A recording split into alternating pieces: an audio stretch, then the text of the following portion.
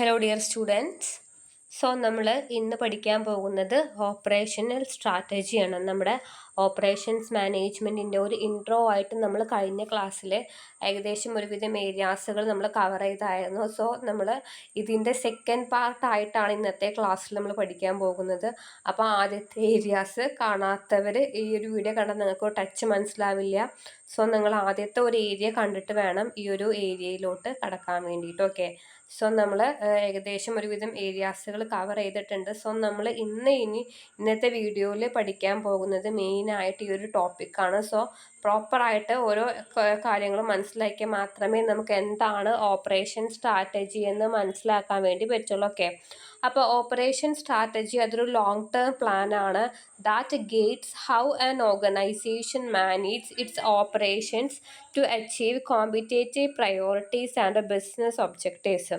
അതായത് ഒരു long term plan ആണ് ഒരു ഓർഗനൈസേഷൻ്റെ ഓപ്പറേഷൻസുകളൊക്കെ എങ്ങനെ മാനേജ് ചെയ്യണം, അല്ലെങ്കിൽ അത് ഒരു ബിസിനസ് ഒബ്ജക്റ്റീവ്സ് എങ്ങനെ അച്ചീവ് ചെയ്യണം, ഒരു കോമ്പറ്റേറ്റീവ് പ്ലാൻസുകൾ എങ്ങനെ മേക്ക് ചെയ്യണം തുടങ്ങിയ കാര്യങ്ങളൊക്കെ ഡീൽ ചെയ്യുന്ന ഒന്നാണ് ഓപ്പറേഷൻ സ്ട്രാറ്റജി എന്ന് പറയുന്നത്. ഓക്കെ, അപ്പോൾ നമ്മൾ വളരെ ക്വിക്കായിട്ട് അതിൻ്റെ അർത്ഥം മനസ്സിലാക്കി മെയിനായിട്ടൊരു ലോങ് ടേം സ്ട്രാറ്റജി ആണെന്ന് നിങ്ങൾ മനസ്സിലാക്കി വെക്കണം. ഓപ്പറേഷൻ സ്ട്രാറ്റജി ഒരു ഓർഗനൈസേഷന് നല്ല രീതിയിൽ ഓപ്പറേറ്റ് ചെയ്ത് പോകാനും അത് അച്ചീവ് ചെയ്യാനൊക്കെ ഒരുപാട് ഗൈഡ് ലൈൻസുകൾ ആവശ്യമാണ്.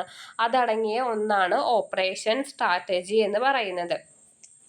മെയിനായിട്ട് ഇത്തരത്തിൽ ഓപ്പറേഷണൽ സ്ട്രാറ്റജീസ് നമ്മളൊരു ബിസിനസ് ഓർഗനൈസേഷനിൽ ഇംപ്ലിമെൻറ്റ് ചെയ്യുമ്പോൾ ഒരുപാട് കാര്യങ്ങൾ നമുക്ക് അതിന് കുറച്ചുകൂടി ഹെൽപ്ഫുൾ ആയിട്ട് വരും. അതിൽ ഫസ്റ്റ് വണ്ണാണ് ഇംപ്രൂവ് പ്രോഡക്റ്റിവിറ്റി. ഓർഗനൈസേഷൻ്റെ പ്രോഡക്റ്റിവിറ്റി ഇംപ്രൂവ് ചെയ്യാനും ബെറ്റർ പ്രൊഡക്ഷനും അവൈലബിൾ ആയിട്ടുള്ള റിസോഴ്സസിനെ പ്രോപ്പറായിട്ട് യൂട്ടിലൈസ് ചെയ്യാനൊക്കെ സഹായിക്കുന്നുണ്ടാകാം. ദെൻ റെഡ്യൂസ് ഓപ്പറേറ്റിംഗ് കോസ്റ്റുകൾ പരമാവധി റെഡ്യൂസ് ചെയ്യുന്നുണ്ടാകും. അതായത് പ്രൊഡക്ഷൻ സമയത്ത് വരുന്ന കോസ്റ്റുകൾ മാക്സിമം കുറയ്ക്കാൻ വേണ്ടി സഹായിക്കുന്നുണ്ടാകാം. ദെൻ എൻഹാൻസ് പ്രൊഡക്റ്റിൻ്റെ ക്വാളിറ്റി, ഓപ്പറേഷണൽ കോസ്റ്റ് പരമാവധി കുറച്ചുകൊണ്ട് പ്രോഡക്റ്റിൻ്റെ ക്വാളിറ്റി കൂട്ടുന്നു. അപ്പോൾ ഓട്ടോമാറ്റിക്കായിട്ട് നമുക്കറിയാം പ്രോഡക്റ്റിൻ്റെ ക്വാളിറ്റി അവിടെ കൂടുമ്പോൾ കസ്റ്റമേഴ്സ് ഒരുപാട് പ്രോഡക്റ്റ് വാങ്ങും.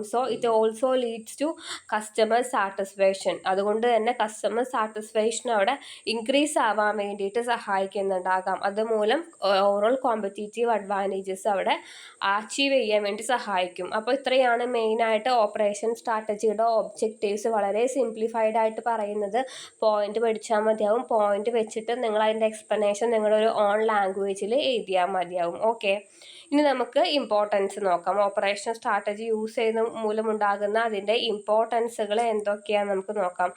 അതിൽ ഫസ്റ്റ് പറയുന്ന ഇമ്പോർട്ടൻസ് സപ്പോർട്ട് ബിസിനസ് സ്ട്രാറ്റജി. ഒരുപാട് ബിസിനസ് സ്ട്രാറ്റജീസിനെ സപ്പോർട്ട് ചെയ്യുന്നുണ്ടാകും, നല്ല രീതിയിൽ അത് റൺ ചെയ്യാൻ വേണ്ടിയിട്ട് സപ്പോർട്ട് ചെയ്യുന്നുണ്ടാകാം. നമ്മൾ ഓൾറെഡി മുകളിൽ പറഞ്ഞ സെയിം പോയിന്റ്, എഫിഷ്യൻസി കൂട്ടാൻ സഹായിക്കും, കസ്റ്റമേഴ്സിൻ്റെ വാല്യൂ കൂട്ടാൻ സഹായിക്കുന്നുണ്ടാകാം, മാർക്കറ്റ് കോമ്പറ്റീറ്റീവ്നെസ് അവിടെ സ്ട്രെങ്തനിങ് ചെയ്യാനും സഹായിക്കുന്നുണ്ടാകാം. ഇത്രയാണ് ഇമ്പോർട്ടൻസ്. അപ്പം നിങ്ങൾ പഠിക്കുമ്പോൾ എപ്പോഴും മിക്സപ്പ് ആയിട്ട് പഠിക്കും. ഞാൻ പല ക്ലാസ്സുകളിലും പറയാറുണ്ട്, നമ്മൾ ഒബ്ജക്റ്റീവ്സ് പഠിക്കുമ്പോഴും ഇമ്പോർട്ടൻസ് പഠിക്കുമ്പോഴും രണ്ടും നമ്മൾ മിക്സപ്പ് ആക്കി എഴുതിയാൽ വളരെയധികം ഗുണകരമാണ്. ഓക്കെ, ഒരു എക്സാം പോയിന്റ് ഓഫ് വ്യൂ നിങ്ങൾ അങ്ങനെ എഴുതുമ്പോൾ നല്ല മോർ മാർക്സ് അവിടെ നിങ്ങൾക്ക് സ്കോർ ചെയ്യാൻ വേണ്ടി പറ്റും. ഇതൊക്കെയാണ് ഓപ്പറേഷണൽ സ്ട്രാറ്റജിയുടെ ഒബ്ജക്റ്റീവ്സ് ആയിട്ട് പറയാനുള്ളത്. ഇനി നമുക്ക് അടുത്തത് പഠിക്കേണ്ട ഒരു ഏരിയയാണ് NPD, new product development in A global context. ഈ NPD പറഞ്ഞൊരു കോൺസെപ്റ്റ് നിങ്ങൾ ഓൾറെഡി മാർക്കറ്റിംഗ് മാനേജ്മെൻ്റ് ഒക്കെ പഠിച്ച കുട്ടികളാണെങ്കിൽ മാർക്കറ്റിങ്ങിലൊക്കെ പഠിച്ച സെയിം കോൺസെപ്റ്റ് തന്നെയാണ് ഇവിടെയും വരുന്നത്. ന്യൂ പ്രോഡക്റ്റ് ഡെവലപ്മെൻറ്റ് ഒരു ഗ്ലോബൽ കോണ്ടെക്സ്റ്റിൽ എങ്ങനെയാണോ അതാണ് നമ്മൾ പറയുന്നത്. ഓക്കെ, NPD എന്ന് പറഞ്ഞാൽ is the process of designing, developing and introducing new products into global മാർക്കറ്റിൽ നല്ല രീതിയിൽ ഡിസൈനിങ് ഡെവലപ്പൊക്കെ ചെയ്തിട്ട് ഓരോ പുതിയ പ്രോഡക്റ്റുകൾ നമ്മൾ ഇംപ്ലിമെൻറ്റ് ചെയ്യുന്നതിനെയാണ് NPD അഥവാ ന്യൂ പ്രോഡക്റ്റ് ഡെവലപ്മെൻറ്റ് എന്ന് പറയുന്നത്. ഇത്തരത്തിൽ പുതിയ പ്രോഡക്റ്റുകൾ നമ്മൾ മാർക്കറ്റിലോട്ട് നമ്മൾ ഡെവലപ്പ് ചെയ്യുമ്പോൾ ആ മാർക്കറ്റിൻ്റെ കാര്യങ്ങൾ പ്രോപ്പറായിട്ട് റൺ ചെയ്യാനും മാർക്കറ്റിൽ ഒരുപാട് ആളുകൾ ആ പ്രോഡക്റ്റ് വാങ്ങാനും അതിൻ്റെ സെയിൽസ് കൂട്ടാനൊക്കെ സഹായിക്കും. It also meats the customer needs, legal requirements and cultural differences across the country. അപ്പോൾ പല രാജ്യങ്ങൾ തമ്മിൽ ഇത്തരത്തിൽ പുതിയ പ്രോഡക്റ്റുകൾ ഡെവലപ്പ് ചെയ്യുമ്പോൾ പല ആളുകളും അത് വാങ്ങാൻ തയ്യാറാകുന്നുണ്ടാവും. അത് കസ്റ്റമേഴ്സിൻ്റെ നീഡ്സ് അനുസരിച്ചിട്ടായിരിക്കാം അവർ ആ ഒരു പ്രോഡക്റ്റ് ഡെവലപ്പ് ചെയ്തിട്ട് ആളുകളിലേക്ക് എത്തിക്കുന്നുണ്ടാകാം. അതാണ് മെയിനായിട്ട് NPD ന്യൂ പ്രോഡക്റ്റ് ഡെവലപ്മെൻറ്റ് എന്ന് പറഞ്ഞൊരു കോൺസെപ്റ്റിൽ മെയിനായിട്ട് ഫോക്കസ് ചെയ്ത് പറയുന്ന ഒരു ഏരിയ. ഇനി അതിൻ്റെ സ്റ്റേജസ് വളരെ ഇമ്പോർട്ടൻ്റ് ആണ്. സോ ഫസ്റ്റ് പറയുന്നത് ഐഡിയ ജനറേഷൻ. ഒരു പ്രോഡക്റ്റ് മാർക്കറ്റിലോട്ട് എത്താൻ വേണ്ടിയിട്ട് അതിൻ്റെ ഐഡിയ ജനറേറ്റ് ചെയ്യുന്നുണ്ടാകാം. ദെൻ ഐഡിയ സ്ക്രീനിങ്, അത് ആ പ്രോഡക്റ്റ് അതിനൊന്ന് ഒരു ഓവറോൾ സ്ക്രീനിങ് നടത്തിയിട്ട് ദെൻ ഫൈനലി ആ ഒരു കോൺസെപ്റ്റ് ഡെവലപ്പ് ചെയ്യുന്നുണ്ടാകാം. ദെൻ ആ കോൺസെപ്റ്റിന് ശേഷം ഒരു ബിസിനസ്സിൽ എങ്ങനെയാണോ അത് കുറച്ചും കൂടി പ്രോപ്പറായിട്ട് റൺ ചെയ്യേണ്ടത് ആ രീതിയിൽ ബിസിനസ് അനാലിസിസ് നടത്താനും ആ അനാലിസിസിന് ശേഷം പ്രോഡക്റ്റിൻ്റെ ഡിസൈനും ദെൻ ആ പ്രോഡക്റ്റ് ഡിസൈനിങ്ങിന് ശേഷം അത് ഡെവലപ്പ് ചെയ്തെടുക്കേണ്ട ഓരോരോ ഘട്ടങ്ങളിലേക്ക് എത്തിക്കുന്നതിന് ശേഷം ആ പ്രോഡക്റ്റ് ടെസ്റ്റ് ചെയ്തിട്ട് ആളുകളിലേക്ക് എത്തിക്കുന്ന പ്രോസസ്സാണ് കൊമേഴ്ഷ്യലൈസേഷൻ എന്ന് പറയുന്നത്. ഓക്കെ, അപ്പോൾ ഇത് പോയിന്റ് ആണ്. ഇതിൻ്റെ എക്സ്ട്രാ നോട്ട്, ഇതിൻ്റെ ഓരോന്നിൻ്റെയും എക്സ്പ്ലനേഷൻ വരുന്ന നോട്ട്സൊക്കെ ഞാൻ ഓൾറെഡി ഇട്ടിട്ടുണ്ട്. നിങ്ങൾക്ക് എക്സ്ട്രാ റീഡിങ്ങിന് നോക്കാവുന്നതാണ് ഓരോ പോയിന്റിനും എക്സ്പ്ലനേഷൻ. അപ്പോൾ സ്റ്റേജസുകൾ ഈ ഒരു 8 സ്റ്റേജ് നിങ്ങൾ ഈ ഒരു ഫോർമാറ്റിൽ പഠിച്ചു വയ്ക്കുക. Idea generation, idea screening, concept development, business analysis, product design, prototype development, product testing, commercialisation. ഇനി നമ്മൾ ഓരോന്ന് ഇപ്പോൾ നമ്മൾ എക്സ്പ്ലെയിൻ ചെയ്തപ്പോൾ നമ്മൾ ഐഡിയ ജനറേഷൻ പറഞ്ഞു. നമുക്കൊരു പ്രോഡക്റ്റ് ആദ്യം നമ്മൾ ഇംപ്ലിമെൻറ്റ് ചെയ്യണമെങ്കിൽ അതിൻ്റെ ഐഡിയ വേണം. ആ ഐഡിയ ജനറേറ്റ് ചെയ്ത് പോകണം. ആ ഐഡിയ ജനറേറ്റ് ചെയ്തത് സ്ക്രീനിങ്, അതായത് എത്രത്തോളം ആ ഐഡിയാസ് പോസിബിൾ ആണ്, അത് മാർക്കറ്റിൽ ഇറങ്ങിയാൽ എത്ര ആളുകൾ ആ പ്രോഡക്റ്റ് വാങ്ങാൻ വില്ലിങ് ആണെന്ന് നമ്മൾ സ്ക്രീൻ ചെയ്യണം. അതിനുശേഷമാണ് ആ കോൺസെപ്റ്റ് മറ്റുള്ള ആളുകളിലേക്ക് ഡെവലപ്പ് ചെയ്തിട്ട് എത്തേണ്ടത്. അങ്ങനെ ഡെവലപ്പ് ചെയ്തതിന് ശേഷം ബിസിനസ് അനലൈസ് ചെയ്യുക, ബിസിനസ് അനാലിസിസ് നടത്തുക. ഈ ഒരു പ്രോഡക്റ്റ് മാർക്കറ്റിൽ ഇറങ്ങുമ്പോൾ എത്ര ഡിമാൻഡ് ഉണ്ടായിരിക്കാം, ഏതൊക്കെ മാർക്കറ്റിലാണ് ഇത്തരം പ്രൊഡക്റ്റുകൾ പോകുന്നത്, എത്തരം ആളുകളെയാണ് ഫോക്കസ് ചെയ്യേണ്ടത്, അല്ലെങ്കിൽ ഏത് ഏരിയയിലാണ് ഫോക്കസ് ചെയ്യേണ്ടത്, അതാണ് ഒരു ബിസിനസ് അനാലിസിസ്. അതിനുശേഷമാണ് നമ്മളിതൊക്കെ തീരുമാനിച്ചതിന് ശേഷമാണ് പ്രോഡക്റ്റ് ഡിസൈൻ ചെയ്യേണ്ടത്. Okay, product design should be meet the customer requirements. Customer റിക്വയർമെൻറ്റ്സിനെ മീറ്റ് ചെയ്യുന്നതായിരിക്കണം പ്രോഡക്റ്റ് ഡിസൈൻ എന്ന് പറയുന്നത്. സോ അത് പ്രോട്ടോടൈപ്പ് ഡെവലപ്മെൻറ്റിന് ശേഷം ഫൈനലി പ്രോഡക്റ്റ് ടെസ്റ്റ് ചെയ്തിട്ടാണ് കൊമേഴ്ഷ്യലൈസേഷൻ മാർക്കറ്റിലോട്ട് എൻ്റർ അയക്കുന്നത്. അപ്പോൾ ഇത്രയാണ് മെയിനായിട്ട് NPDയുടെ സ്റ്റേജസുകളായിട്ട് ഒന്ന് ജസ്റ്റ് നിങ്ങൾ നോക്കി വെക്കേണ്ട ഏരിയ എന്ന് പറയുന്നത്.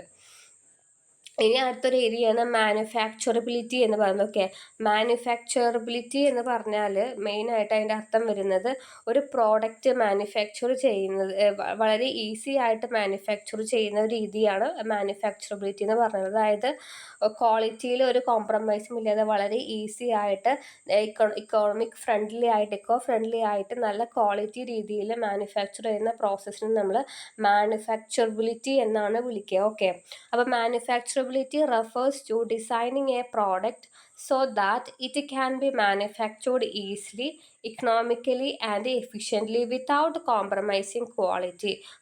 ക്വാളിറ്റിയിൽ ഒരു കോംപ്രമൈസും ഇല്ലാതെ പ്രോപ്പറായിട്ട് നല്ല രീതിയിൽ പ്രോഡക്റ്റ് നമ്മൾ ഡിസൈൻ ചെയ്ത് കൊണ്ടുവരുന്ന പ്രോസസ്സാണ് മാനുഫാക്ചറബിലിറ്റി. അതായത് മാനുഫാക്ചറിങ്ങിനെ കുറച്ചും കൂടി ഒരു എക്സ്റ്റെൻഡഡ് ഫോർമാറ്റിലോട്ട് മാറ്റി കഴിഞ്ഞാൽ നമ്മൾ മാനുഫാക്ചറബിലിറ്റി എന്നതുകൊണ്ട് ഉദ്ദേശിക്കുന്നത്.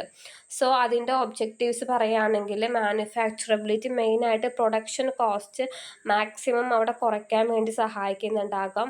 ദെൻ അതേപോലെ തന്നെ മാനുഫാക്ചറിങ് പ്രോസസ്സിനെ കുറച്ചും കൂടി സിംപ്ലിഫൈഡ് ആയിട്ട് വളരെ ഇഫക്റ്റീവായിട്ട് നല്ല സിംപ്ലിഫൈഡ് ആയിട്ട് മാറ്റാനും പ്രോഡക്റ്റിൻ്റെ ക്വാളിറ്റി മാക്സിമം നല്ല റോ മെറ്റീരിയൽസ് യൂസ് ചെയ്തിട്ട് quality of raw materials use ചെയ്തിട്ട് ക്വാളിറ്റി ഓഫ് പ്രോഡക്റ്റ് ഇമ്പ്രൂവ് ചെയ്യാൻ സഹായിക്കുന്നു. ദെൻ പ്രൊഡക്ഷൻ സമയം മാക്സിമം റെഡ്യൂസ് ചെയ്യുന്നുണ്ടാകും. അതായത് അവൈലബിൾ ആയിട്ടുള്ള ടൈമിൽ അവൈലബിൾ റോ മെറ്റീരിയൽസ് യൂസ് ചെയ്തുകൊണ്ട് പ്രൊഡക്ഷൻ കൂട്ടാൻ സഹായിക്കുന്നു. ദെൻ വേസ്റ്റ് മാക്സിമം മെറ്റീരിയൽ വേസ്റ്റസിനൊക്കെ കുറയ്ക്കാൻ സഹായിക്കുന്നുണ്ടായിരിക്കാം. ഓക്കെ, അതാണ് മെയിനായിട്ട് നമ്മൾ മാനുഫാക്ചറബിലിറ്റിയിൽ നോക്കേണ്ട അതിൻ്റെ ഒബ്ജക്റ്റീവ്സ് എന്ന് പറയുന്ന ഒരു ഏരിയ.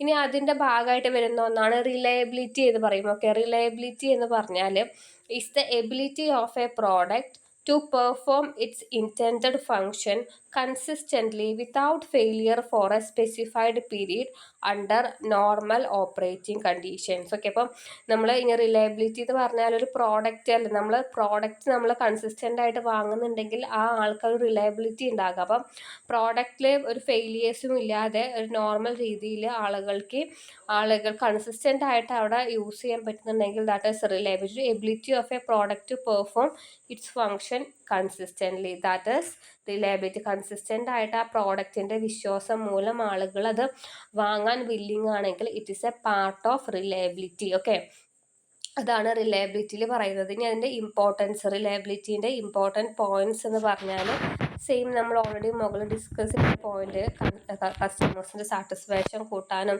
മെയിൻ്റനൻസ് കോസ്റ്റ് കുറയ്ക്കാനും കുറച്ചും കൂടി പ്രോഡക്റ്റിൻ്റെ പ്രൊഡക്ഷൻ റെപ്യൂട്ടേഷൻ ഇമ്പ്രൂവ് ചെയ്യാനും ഒരു കസ്റ്റമർ ട്രസ്റ്റ് അവിടെ ബിൽഡ് ചെയ്ത് എടുക്കാനൊക്കെ സഹായിക്കുന്നുണ്ടാകാം. ഓക്കെ, സോ അതാണ് റിലയബിലിറ്റിയുടെ ഒരു ഇമ്പോർട്ടൻ്റ് ആയിട്ട് വരുന്ന പോയിന്റ്.